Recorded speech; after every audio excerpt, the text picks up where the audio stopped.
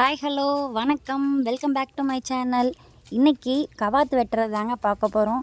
போன தடவை நம்ம கவாத்து வெட்டினதுலேருந்து இப்போ இந்த டைம் வரைக்கும் 3 மந்த்ஸ் கரெக்டாக ஆயிடுச்சு. நம்ம பொதுவாகவே 3 மாதத்துக்கு ஒரு தடவை தான் வெட்டிகிட்டு இருக்கோம். சில பேர் சொல்கிறாங்க, ஒரு நமக்கு இப்போ பூ கம்மியாயிருச்சுன்னு வைங்களேன், ஒரு வெட்டி இந்த பூவை நம்ம எடுத்துட்டோம் மறுபடியும் நின்றுச்சு அப்படின்னா அந்த டைம் கூட வெட்டலாம் தான் சொல்கிறாங்க. ஆனால் நம்ம பொதுவாக பார்த்திங்கன்னா 3 மாத இடைவெளியில் தான் இந்த பூச்செடியை நம்ம வெட்டிகிட்ருக்கோம். மேபி நிறையா பூச்செடியிலையோ இல்லை நம்ம மருந்து வாங்குகிற இடத்துலையோ சொல்கிறாங்க 45 டேஸில் வெட்டலாம், இல்லை 2 மந்த்ஸ் ஒன்ஸ் வெட்டலாம், இல்லை பூ குறைஞ்சதுனாலும் வெட்டலாம் அப்படின்னு.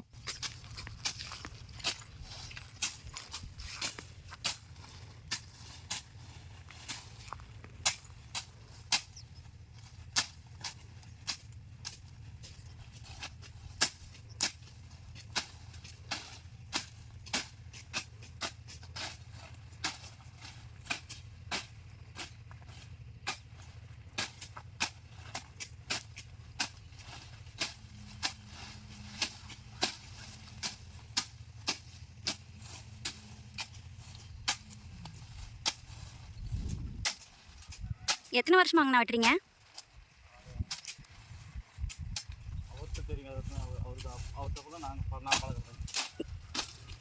தோராயமாக எத்தனை வருஷமா வெட்டுறீங்க? ஓ சரி சரி.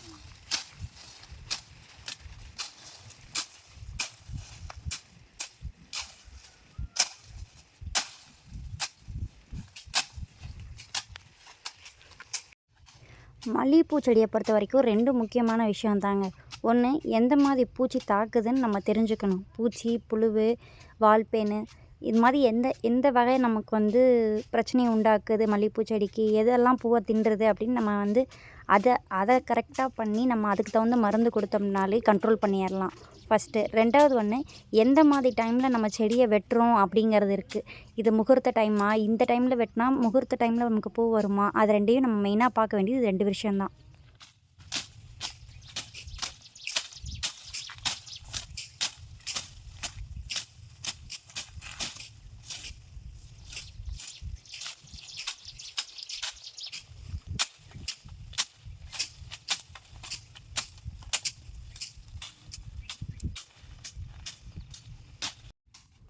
மல்லிகைப்பூ செடி வெட்டினதுலேருந்து பார்த்திங்கன்னா 20லேருந்து 25 நாளுக்குள்ளே நமக்கு பூ வர ஆரம்பிச்சிருங்க. அதுக்கு இடைப்பட்ட நாளுக்குள்ளே நம்ம இந்த க்ளீன் பண்ணுறது, மருந்தடிக்கிறது, உரம் போடுறது, களைக்கொல்லி அடிக்கிறது, இந்த வேலையெல்லாம் இந்த 20 நாளில் நம்ம பண்ணி ஆகணும். நம்ம எவ்வளோக்கு எவ்வளோ இதில் மருந்தடிக்கிறோமோ உரம் கொடுக்குறோமோ அதில் தாங்க நமக்கு பூவும் அதிகமாகும், பட்டும் பெருசாகும். இந்த வீடியோ உங்களுக்கு பிடிச்சிருந்தா காஞ்சனா ரஞ்சித் யூடியூப் சேனலை சப்ஸ்கிரைப் பண்ணுங்கள், முடிஞ்சால் லைக் பண்ணுங்கள். தேங்க்யூ.